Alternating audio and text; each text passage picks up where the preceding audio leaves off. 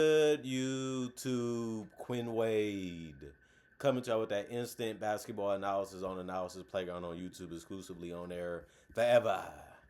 And we're going to talk about how the Washington Wizards did something we don't see them do much, and that's get a win.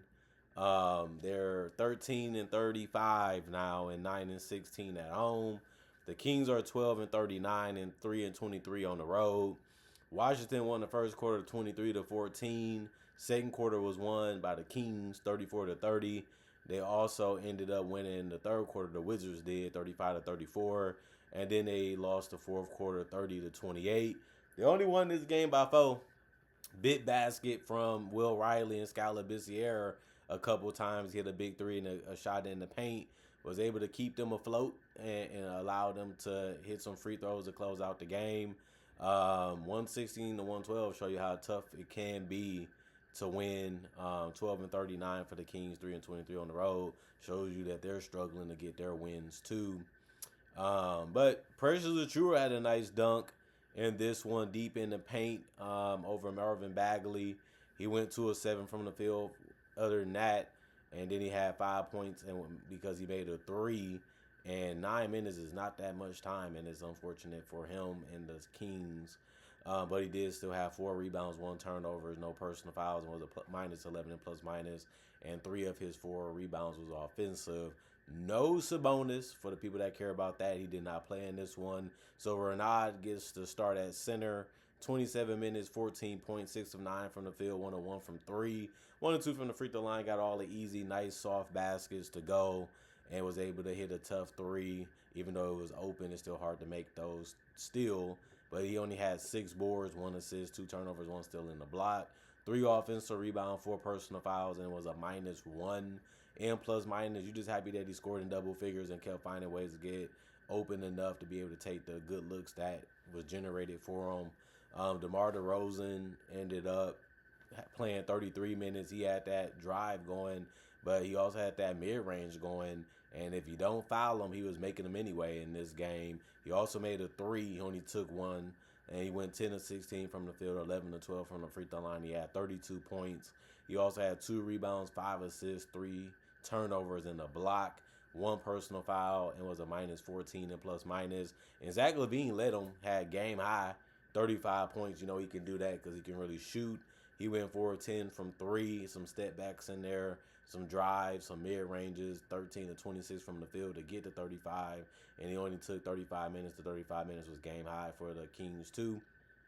He also had 6 boards, 3 assists, 2 turnovers, and a steal, and 1 personal foul, and finished as a -8 and plus minus. Zach LaVine is one of the best pure scorers in the league. He simplified his game, just like DeMar DeRozan. I know exactly what I'm trying to do and how I want to do it. Now, battle with me to stop it. It's not going to be easy. It's going to be a fight. But at the same time, it's just respect that we have for another as an offensive player and as a defender. And even then, these guys still figure out a way to do it at a high level. So it just shows you how much of a challenge it is to stop guys like Zach LaVine and DeMar DeRozan, even though you know what's coming. Nee Clifford, 6 points. He went 1 of 3 from the field. He mainly got all his points at the free throw line because he went 4 of 4. Other than that, he had 3 rebounds, 4 assists, 1 turnover, and 2 steals. The 2 steals was the most in the starting lineup and tied for the most in the game with some guys off the bench. He also had 2 offensive boards out of 3, 2 personal fouls, and a -5 and plus minus. Doug McDermott, 6 minutes, 3 points. He made his only 3, which was his only shot. Other than that, he didn't do anything. He had no turnovers, no personal fouls, and was a +10 and plus minus. Drew Eubanks, 4 minutes. He had 2 points. He made his only shot. But it was a 2-pointer. He had 1 rebound, no turnovers. His rebound was offensive, had no personal foul, was a -5 and plus minus. And then Dylan Cardwell, he played 20 minutes. He had 5 points. He went 2 of 2 from the field and 1 of 2 from the free throw line. He did have 2 rebounds and 1 turnover, 1 offensive rebound, and 3 personal fouls, and was a 0 and plus minus. Monk, he came off the bench and had 4 points in 17 minutes. He could have did better, though. He went 2 of 10 from the field and 0 of 4 from 3. If he just makes 2 shots, whether it's a 2 or a 3, they have a good chance of winning this game. Obviously, that didn't happen though, and that's a big reason why they lost because nobody really had a great game off the bench for the Kings. Although everybody that was healthy ended up playing, and that's why I had to note that and put that out there. Other than that, he had 4 rebounds, 2 assists, 3 turnovers, a steal in the block. One personal foul and was a +10 and plus minus. Daquan Plowdon ended up getting some minutes. In 24, he went 0-3 from the field, and that was all the shots that he missed was all threes. He also had 4 rebounds, no turnovers, one block, one personal foul, and one offensive board, and was a +5 and plus minus. Isaiah Stevens, 19 minutes, 2 points, 0-2 from the field, 2-2 from the free throw line, 2 rebounds, 4 assists. The 4 assists ended up being the most off the bench. He also had 2 steals, which was tied for the most in the game. He also had one offensive board, one personal foul, was a -3. And plus minus Devin Carter, 16 minutes, 4 points, 1-4 from the field, 2-2 from the free throw line, 3 boards, 2 assists, one turnover, 2 steals. Like I say, he was tied for the most in the game too, and one personal foul. And he had a nice dunk in transition where he just flew in that air, had a good hang time, and was able to flush it. He had one personal foul and was a +2 and plus minus. And then the Washington Wizards, everybody didn't play for them, but it was a close game, so it was understandable. Chris Middleton really ran a offense real well, and this one had some really good passes that led directly to baskets, and he was getting some work put in on the Kings defense, hitting some fadeaways and some threes. 18 minutes, 13 points, 5 of 8 from the field, 2 of 3 from the 3-point line, 1 of 2 from the free throw line, 1 rebound, 3 assists, 2 turnovers, no personal fouls in the -4 and plus minus. Big Bagley, Marvin Bagley the third, 19 minutes, 15 points. He made every single shot.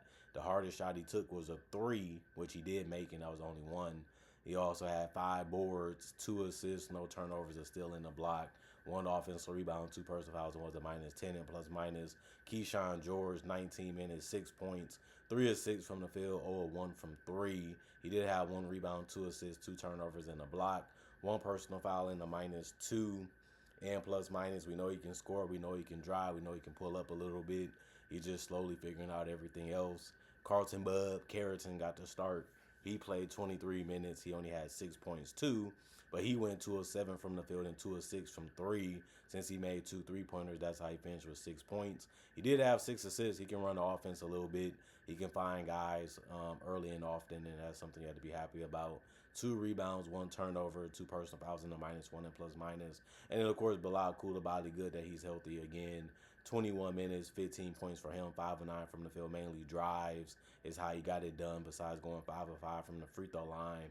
He did have 1 rebound, 3 assists, and a turnover and 2 steals. He also had 3 personal fouls, was a -2 and plus minus. Anthony Gill played 27 minutes. He didn't make a basket. He went 0-3 from the field, and he did have 4 rebounds and 1 turnover. He also had 2 steals in a block, 1 offensive board, 4 personal fouls, and was a +11 and plus minus. And Scott Labissiere, like I say, did some good scoring at the end of the game and in some crucial times of the game. In 27 minutes, he had 13 points. He went 6 of 8 from the field, 1 of 3 from the 3-point line. He had 7 boards, which was tied for the most on the team.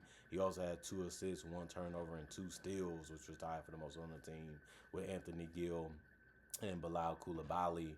He also had 1 block, which was tied for the most on the team with Anthony Gill, Keyshawn George, and Marvin Bagley.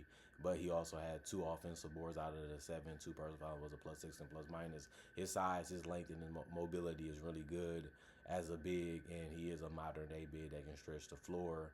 Sharif Cooper did a good job getting to the basket. He played 13 minutes, had 5 points. He was 2 of 4 from the field, 1 of 2 from the free throw line. He did have 7 boards, 3 assists, and a turnover, 2 offensive boards, 1 personal foul. It was a +4 and plus minus. Jameer Watkins was pushing it a little bit, but he went 1 of 3 from 3, 1 of 2 from the free throw line, 3 of 7 from the field with 8 points in 16 minutes.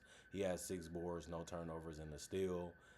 2 personal fouls, 2 offensive boards, and a +2 and plus minus. Will Riley had the most points on the team off the bench with 18. He was really letting that thing fly, especially from 3. He went 4 of 8 from 3, 2 of 2 from the free throw line, and 6 of 15 from the field in 30 minutes. 6 rebounds, 6 assists. 6 assists was tied for the most in the game, but he did have the most off the bench. He also had 1 turnover, 1 steal, 3 offensive board, 3 personal fouls, and was a +8 and plus minus. And then A.J. Johnson was big for them also. 27 minutes, he had 17 points. They needed every single one of them. 7 to 13 shooting from the field, got some good drives, and also hit 2 of 5 of his threes. He also went 1 of 2 from the free throw line. He had 1 rebound, 4 assists, and 7 turnovers. That was the worst part of his night, and he had the most turnovers in the game. You know, he was really sloppy, he was really predictable, and it ended up costing him a lot, but he did enough to help him win. He also had 1 steal, 1 offensive board, 2 personal fouls, and was a +8 and plus minus. 87 field goals taken by the Wizards. They shot it at 53%. That's a good way to win games, especially when you shoot 31 threes and make it at 42%, while the Kings shot 84 field goals, made it at 46%, and 21 threes and made that only at 38%, which is good. But they also shot 29 free throws, and they made 90% of them, while the Wizards shot 15 free throws and only made 73% of them. That's a 14 difference with that. But the Wizards out rebounded them 41 to 37. They out assisted them 31 to 21. They had more turnovers, 17 to 14, and they also had 10 steals compared to the Kings 9. 4 blocks from the Wizards, 7 for the Kings, and then 12 offensive rebounds for the Wizards, 13 for the Kings, 29 defensive rebounds for the Wizards, 24 for the Kings, and then 22 personal fouls for the Wizards, 15 for the Kings. And they ended up having a close game that could have went either way, and it was going back and forth, and it was very entertaining, very fun to watch all the way to the end. And the big names didn't really step up the way you thought that they would. It was the role players that really came in and was able to help the Wizards be able to win this one. And I mean, like I said, these guys are trying to build up their identity, build up their name, build up their play. And it's good to have guys that can just come in and help them out if they can't do it, off the dribble or create their own shot. And that's why it's a team sport. If you can't do it, I might be good at it, or I might be better at some aspects of the game than you. And they use their size a lot in this game to get good percentage shots around the rim. I also look at it like the steals help them get easy baskets too, of course, and obviously them making their threes and moving the basketball to get the open threes really helped them build their confidence up to be able to win this game. And the Kings brought it. Like I said, they didn't quit. They was firing on all cylinders throughout this game. Zach LaVine got real hot, and it was looking like their star power, which the Kings got better star power than the Wizards as of right now. Seemed like they was going to be able to eventually get them over the hump and be able to win it. But the Wizards just took their time and just got good percentage looks, and it ended up working out for them. And the Wizards ended up getting a win that they possibly should have lost, but they played together enough to get the win that they deserved because they did everything they could to get it. And that's all you have to do sometimes. And sometimes you can do that and it don't be enough, but it was enough tonight. Comment, like, subscribe, share. Hit that notification bell to get that analysis when it first come out. Y'all stay blessed up. Y'all stay good. Peace. And I'll see y'all later today, hopefully with more analysis.